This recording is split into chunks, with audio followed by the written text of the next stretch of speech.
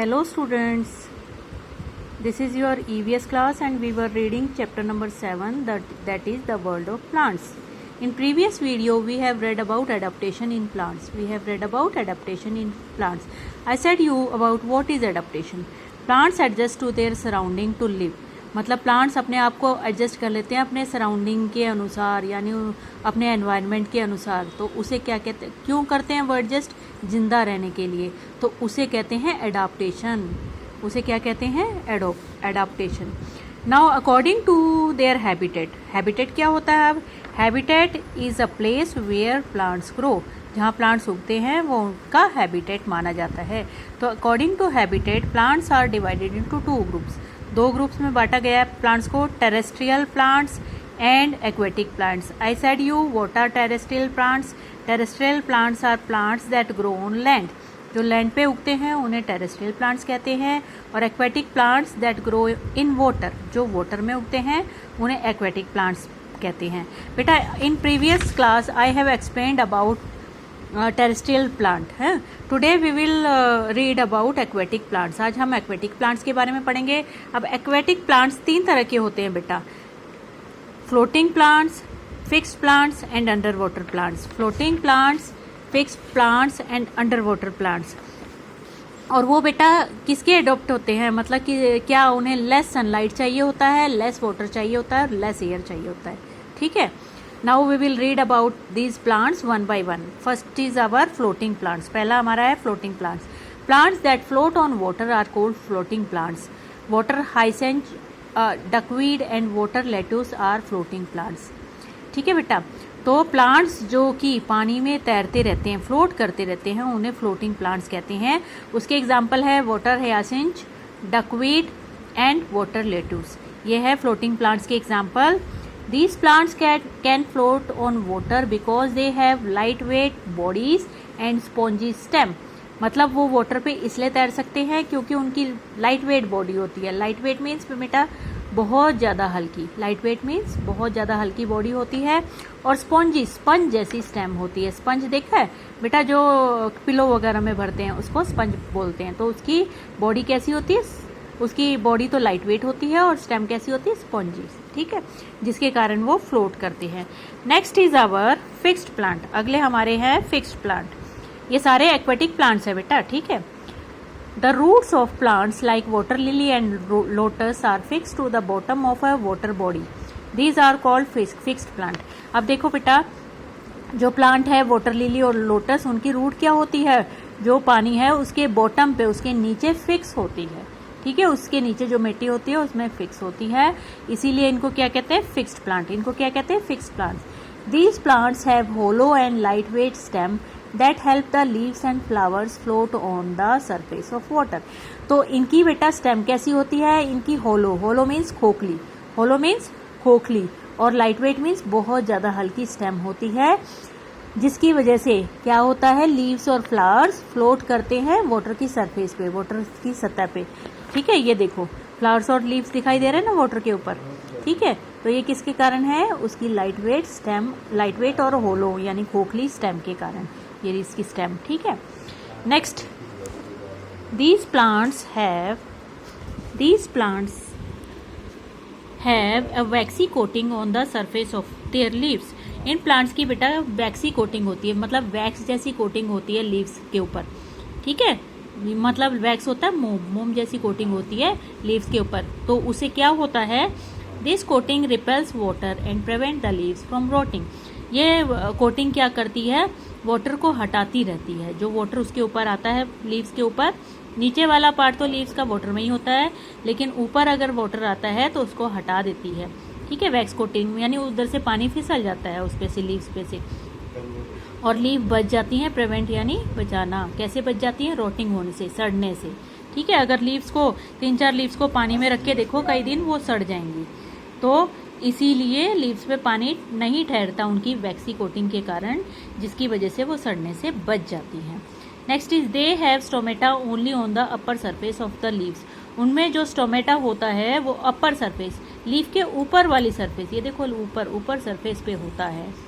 This help the leaves to perform photosynthesis. ये उनको photosynthesis करने में हेल्प करती है। फोटोसिंथेसिस क्या होता है बेटा? The process of preparing food by plants. Plants के द्वारा खाना बनाने की प्रोसेस को, प्रक्रिया को फोटोसिंथेसिस कहते हैं। वैसे जो लैंड प्लांट्स होते हैं उनकी जो लीफ है उनके नीचे होता है ये स्टोमेटा। स्टोमेटा क्या होता है बेटा? छोटे छोटे छेद जिनसे वो कार्बन डाइऑक्साइड लेते हैं लीव्स और ऑक्सीजन छोड़ते हैं। ठीक है बेटा। Next, our next type of plant, aquatic plant is under water plant. अगला है under water plant. These plant always grow and remain under water. ये हमेशा बेटा ग्रो भी, उगते भी अंदर ही हैं और रहते भी पानी के अंदर ही हैं। Tape grass and pondweed are few example of underwater plants. ये टेप ग्रास और पॉन्ड वीड इसके एग्जाम्पल हैं अंडर वाटर प्लांट्स के। They have long thin narrow leaves like ribbons. उनकी लंबी, लॉन्ग मीन्स लंबी, थिन मतलब पतली, नैरो मीन्स सक्रिय लीव्स होती हैं। कैसी? रिबन जैसी, पतले से रिबन जैसी लीव्स होती हैं। They grow either in cluster और इन बंचेस। वो या तो झुंड में उगते हैं या गुच्छे में उगते हैं। ठीक है। There leaves do not have stomata. उनकी लीव्स में स्टोमेटा नहीं होता। Carbon dioxide is absorbed and oxygen is released from their entire surface. Carbon dioxide absorb करता है, लेता है वो, और ऑक्सीजन रिलीज करता है अपनी पूरी बॉडी से। ठीक है, पूरी बॉडी, पूरी एंटायर सरफेस में। उसमें लीव्स में स्टोमेटा नहीं होता, पूरी बॉडी में स्टोमेटा होता है। ठीक है। और these underwater plants are also called water cleaner. Water cleaner भी कहते हैं इनको, क्योंकि ये अंडर वाटर प्लांट्स क्या करते हैं? पानी को क्लीन करते हैं। पानी में से कार्बन डाइऑक्साइड लेते हैं और पानी में ऑक्सीजन छोड़ते हैं। Is it clear? Now we will read about one movement, that is Chipko movement. बेटा मूवमेंट होता है आंदोलन जो किसी का विरोध करने के लिए किया जाता है, कुछ लोग मिलकर करते हैं। अब ये चिपको मूवमेंट है, ये बेटा प्लांट्स को बचाने के लिए ये मूवमेंट किया था। ठीक है। Plants are essential for all living beings. Plants तुम्हें पता है सबके लिए बहुत ज़रूरी हैं। They provide food, oxygen, home for animals and bird and a variety of products like timber, wax, honey and natural dyes. मतलब प्लांट्स हमें फूड देते हैं, ऑक्सीजन देते हैं और कई बर्ड्स का वो घर भी है। ठीक है। और वैरायटी ऑफ और चीज़ें भी अलग, बहुत सारी चीज़ें देते हैं, जैसे टिम्बर लकड़ी देते हैं, वैक्स देते हैं, हनी देते हैं। ठीक है। हनी भी इस प्लांट्स पे ही लगाती है ना अपना छत्ता। और नेचुरल डाइज भी हमें प्लांट से मिलती हैं। The roots of plant bind the soil and prevent soil erosion. मतलब रूट्स क्या करती हैं? सॉइल को बाइंड कर लेती हैं। प्लांट की रूट्स क्या करती है? सॉइल को बांध लेती हैं, जिससे सॉइल इरोजन नहीं होता। सॉइल इरोजन क्या है बेटा? The process of removal of top layer of soil by wind और वाटर। मतलब वाटर और विंड के द्वारा जो सॉइल की टॉप लेयर बह जाती है या उड़ जाती है, उसे कहते हैं सॉइल इरोजन। तो उससे भी बचाते हैं प्लांट्स, उनको सॉइल को बांध लेते हैं, वो उड़ने नहीं देते और सॉइल को बहने नहीं देते। So it is important to protect plants. इसलिए बहुत जरूरी है प्लांट्स को प्रोटेक्ट करना। There have been many movements in the past to protect plants. Plants को प्रोटेक्ट करने के लिए बहुत सारे मूवमेंट किए गए थे। One such movement was Chipko movement. उनमें से एक है चिपको मूवमेंट। मूवमेंट होता है बेटा आंदोलन। ठीक है। The Chipko movement was started in 1970s by women from the Garhwal Himalaya region in the present day state of Uttarakhand। मतलब बेटा ये चिपको मूवमेंट स्टार्ट किया था वुमेन्स ने, यानी लेडीज ने शुरू किया था 1970s में, जो कहाँ की थी? गढ़वाल की। गढ़वाल कहाँ है? हिमालय रीजन, हिमालय में है, और जो उत्तराखंड में है। कहाँ है वो? उत्तराखंड में। The movement was started under the leadership of चांदी प्रसाद भट्ट एंड सुंदरलाल बहुगुणा।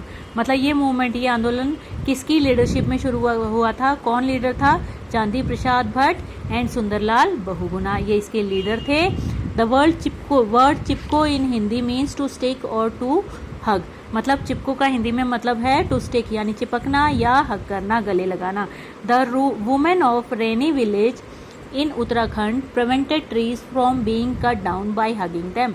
तो रेनी विलेज की वुमेन्स ने, जो कि उत्तराखंड की में है, उन्होंने क्या किया था? ट्रीज को कटने से बचाने के लिए उनको हग करके खड़ी हो गई थी, यानी उनको चिपक के या उनको गले लग के खड़ी हो गई थी। ये देखो बेटा, खड़ी है ना गले लगकर।